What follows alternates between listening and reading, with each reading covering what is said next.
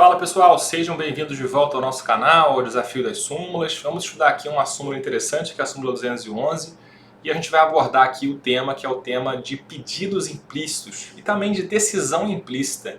Será que existe um pedido implícito no processo do trabalho em algumas situações?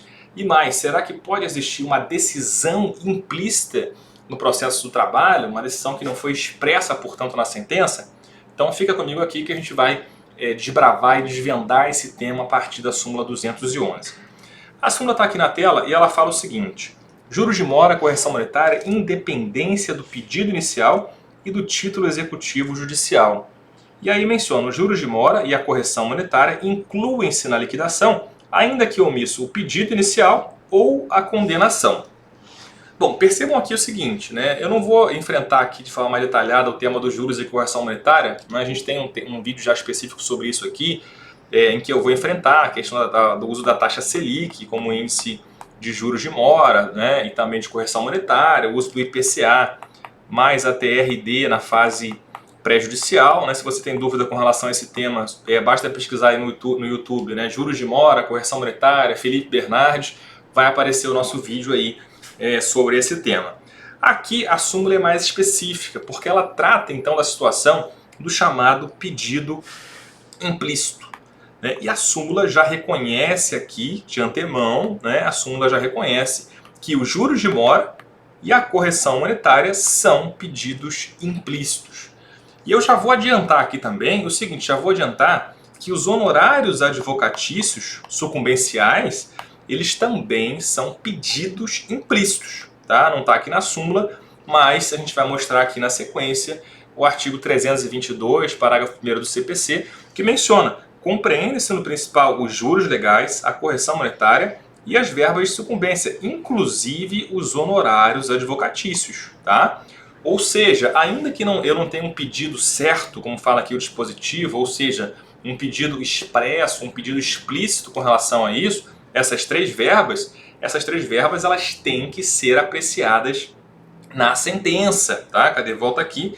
Tem que ser apreciada na sentença. Então isso aqui quer dizer o seguinte: ainda que a petição inicial não formule pedido de juros de mora, correção monetária, honorários advocatícios, né, a sentença ela tem que apreciar. Se a sentença for omissa com relação a esses pontos, é interessante que a parte interessada oponha os seus embargos de declaração, para poder explicitar esse ponto, esclarecer esse ponto.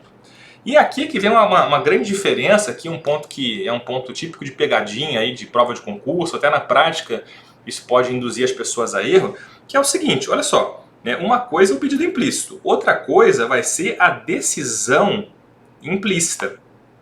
Porque perceba aqui o seguinte, né, de acordo com a súmula do TST e também a súmula do STF, ela fala o seguinte: a súmula do STF, súmula 254, ela menciona: incluem-se os juros de moratórios, aqui menciona apenas os juros, mas o raciocínio vai ser o mesmo aqui com relação à correção monetária, embora omisso o pedido inicial ou a condenação. É uma súmula antiga do Supremo, mas é uma súmula que permanece aplicável, tá? E aqui é o seguinte, tudo bem, então entendi que eu vou ter o pedido implícito, juros de mora, correção, honorários advocatícios, o advogado pode pedir, deveria pedir na petição inicial, mas ainda que não peça, o juiz ele é obrigado sim a apreciar esse ponto, e se o juiz não apreciar, a sentença vai ser omissa. Felipe, a sentença vai ser omissa ainda que a petição inicial não tenha feito esses pedidos de juros, correção monetária, honorários? Sim, a sentença vai ser omissa, o juiz tem o dever legal de apreciar isso. Se não apreciar, vão caber aqui, portanto, os embargos de declaração. Maravilha? Agora, cuidado, porque um outro ponto aqui é o seguinte: decisão implícita. O que a súmula 211 do TST e a súmula 254 do Supremo estão dizendo para nós é que eu vou ter, sim, uma decisão implícita com relação aos juros e com relação à correção monetária. Tá? O raciocínio aqui é o seguinte: essas parcelas, juros e correção, são parcelas que já são fixadas de antemão pela lei. A lei já estabelece os critérios de juros, os critérios de correção monetária, né? Portanto, é um acessório legal, é um acessório que sequer precisa ser definido pelo juiz. Basta você aplicar a lei, né? Assim como acontece, por exemplo, com as contribuições previdenciárias, né? Que são acessórios que é só você fazer o cálculo, né? A lei já estabelece os parâmetros e você só faz a conta ali. Então, portanto, você vai ter sim os juros, a correção, a contribuição previdenciária, a gente vai ter uma espécie de decisão implícita. Isso quer dizer o seguinte, na liquidação, portanto, ainda que a sentença tenha sido omissa, a sentença do juiz não tratou sobre juros, sobre correção monetária, sobre contribuição previdenciária, acrescentei aqui esse exemplo aqui para a gente trazer também, né? A liquidação ela vai incluir isso sim, matéria de ordem pública, matéria, portanto, que vai ser incluída independentemente de pedido, independentemente de coisa julgada com relação a isso. Maravilha? Agora, cuidado, porque com relação a esse nosso amigo aqui, os honorários advocatícios sucumbenciais, a gente tem o pedido implícito, mas a gente não tem a decisão implícita. Tá? E a explicação para isso aqui é a seguinte, né? Diferentemente do que acontece com juros, correção, contribuição previdenciária, os honorários eles têm que ser fixados por uma decisão judicial. Uma decisão judicial que vai esclarecer o valor devido, o percentual devido. A gente sabe que no processo do trabalho, os honorários advocatícios eles vão de 5% a 15% do valor da condenação. O juiz vai decidir, portanto, o percentual. Né? Então, diferentemente aqui dos juros e da correção, que já tem um critério, digamos assim, automático, um critério que já é fixado de antemão pela lei, os honorários advocatícios sucumbenciais eles são constituídos pela decisão judicial, que vai esclarecer o percentual, tendo em vista os critérios que estão no CPC e na CLT, né? O grau de trabalho do advogado, o grau de zelo do profissional, o local da prestação de serviço e segue. Né? Então, por isso a diferença aqui. Os honorários advocatícios, portanto, se a sentença for omissa, né, você não vai ter uma decisão implícita e a gente vai ter que ter uma ação autônoma, tá? Uma ação autônoma para que o advogado possa exigir judicialmente a fixação dos honorários sucumbenciais referentes àquele processo lá em que a sentença foi omissa e transitou em julgado omissa com relação aos honorários. Tá? Então, cuidado. Isso aqui está onde, Felipe? Isso aqui está no CPC também, tá? É o artigo 85, salvo engano é o parágrafo 16, né? 16 ou 17. Eu vou colocar na descrição do vídeo aqui para vocês poderem ter o texto desse dispositivo, mas ele fala, em suma, que caso a sentença seja omissa com relação aos honorários advocatícios sucumbenciais, vai ser cabível a sua fixação numa ação autônoma, uma outra ação, portanto. Né? Claro, isso quando já tiver transitado após o trânsito em julgado da sentença que foi omissa com relação aos honorários. Maravilha? Esse dispositivo aqui vai estar na descrição desse vídeo para vocês. Tá? Então, cuidado, pedido implícito, juros, correção monetária, honorários advocatícios, decisão implícita, somente juros e correção, os honorários advocatícios não são decisão implícita. Tá? Mais uma cerejinha aqui nesse bolo vai ser o seguinte, olha só, né? Olha só, será que a gente tem no processo do trabalho, vamos pensar aqui, será que a gente tem outros tipos, outras situações de pedidos implícitos? Sim, a gente tem situações de pedidos implícitos no processo do trabalho, fora esses casos aqui. Por exemplo aqui, vamos dar um exemplo aqui, né? A situação, por exemplo, que envolve o artigo 496 da CLT, que é a situação de reintegração, né? Aquele empregado que tem alguma estabilidade, que tem alguma garantia provisória de emprego. Esse empregado, digamos que ele vem a juízo e ele peça sua reintegração ao serviço. Ele não pediu os salários lá do período da estabilidade, né, do chamado período estabilitário. Ele não pede isso na sua petição inicial, ele só pede a reintegração. Né? De acordo com esse artigo da CLT, quando o juiz aprecia essa questão, pode ser que exista alguma incompatibilidade. Né? Existe uma incompatibilidade, por exemplo, em função de um alto grau de animosidade entre as partes, quer dizer, o empregado e o empregador já estão brigando, não se aguentam mais, né? Fica incompatível. Alguma situação, por exemplo, que a empresa, por algum motivo, encerrou suas atividades, mas a estabilidade seria devida ainda assim, né? Vamos pensar no exemplo da gestante, por exemplo. Bom, nesse tipo de caso aqui, né, o juiz ele pode, não só pode, como deve, deferir os salários do período da estabilidade em lugar da reintegração, em vez da reintegração. Então a parte pede uma coisa, a parte pede reintegração, o juiz defere os salários do período. É possível isso? Sim, é possível. Tá? Então seria também um exemplo aí que a gente pode chamar de um pedido implícito. Está implícito ali naquela petição que o juiz vai deferir, ele pode deferir isso. Né? E aí nesse caso, em princípio, você teria que seguir o comando do título judicial, né? Teria que fazer a reintegração caso o juiz determine isso, então não seria o caso de uma decisão implícita, mas ainda na liquidação, tá? Pode ser que na liquidação, na execução, na hora de executar essa sentença, essa obrigação de fazer, por exemplo, né? De reintegrar, quando vai executar é que você percebe que não dá para reintegrar aquele cara mais. E aí na execução seria possível converter também a reintegração em indenização substitutiva do período da estabilidade. Seria possível também. Então aqui é mais um exemplo então, que a gente pode considerar de pedido implícito. Tá?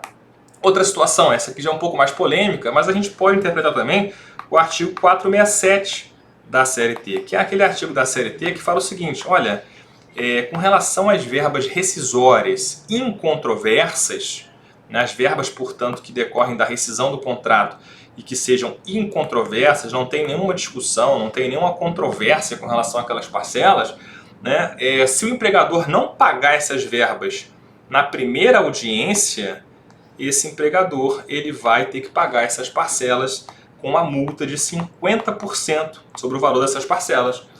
E aqui, essa é uma situação também que, por mais que alguns defendam diferentemente, o fato é, isso aqui também é um pedido implícito. A petição inicial não precisa pedir a aplicação do artigo 467, é uma multa que já decorre da lei.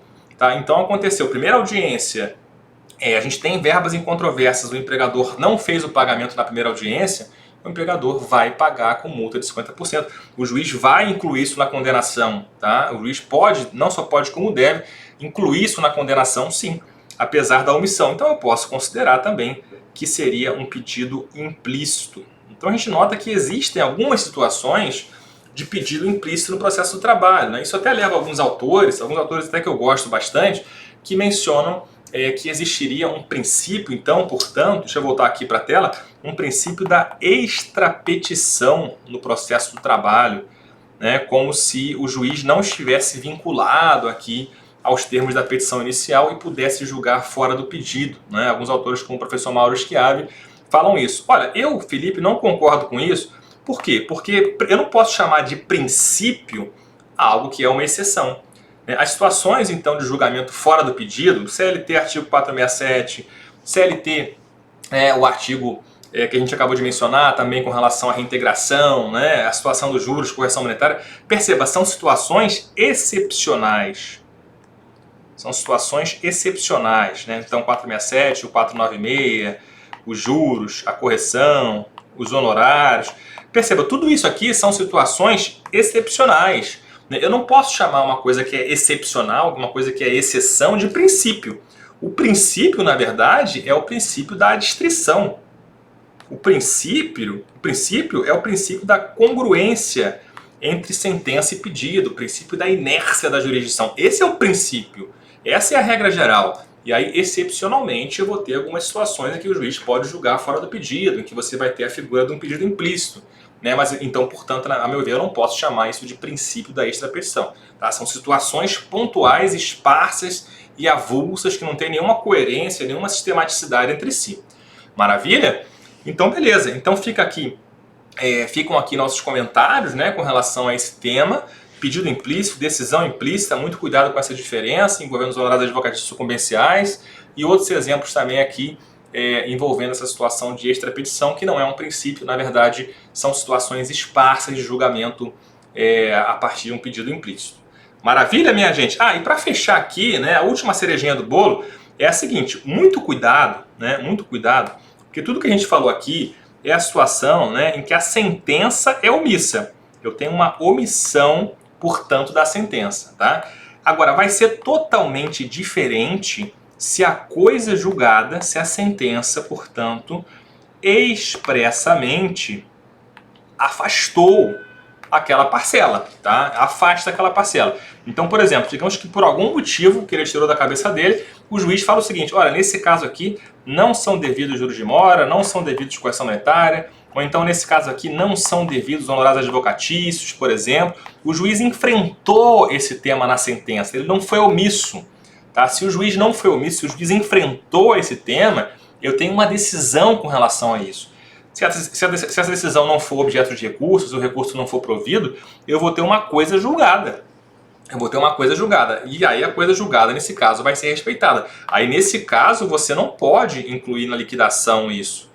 Porque a liquidação ela vai ter que se ater à coisa julgada, percebe? Eu tenho uma coisa julgada que afastou aquela parcela, é diferente da situação de mera omissão.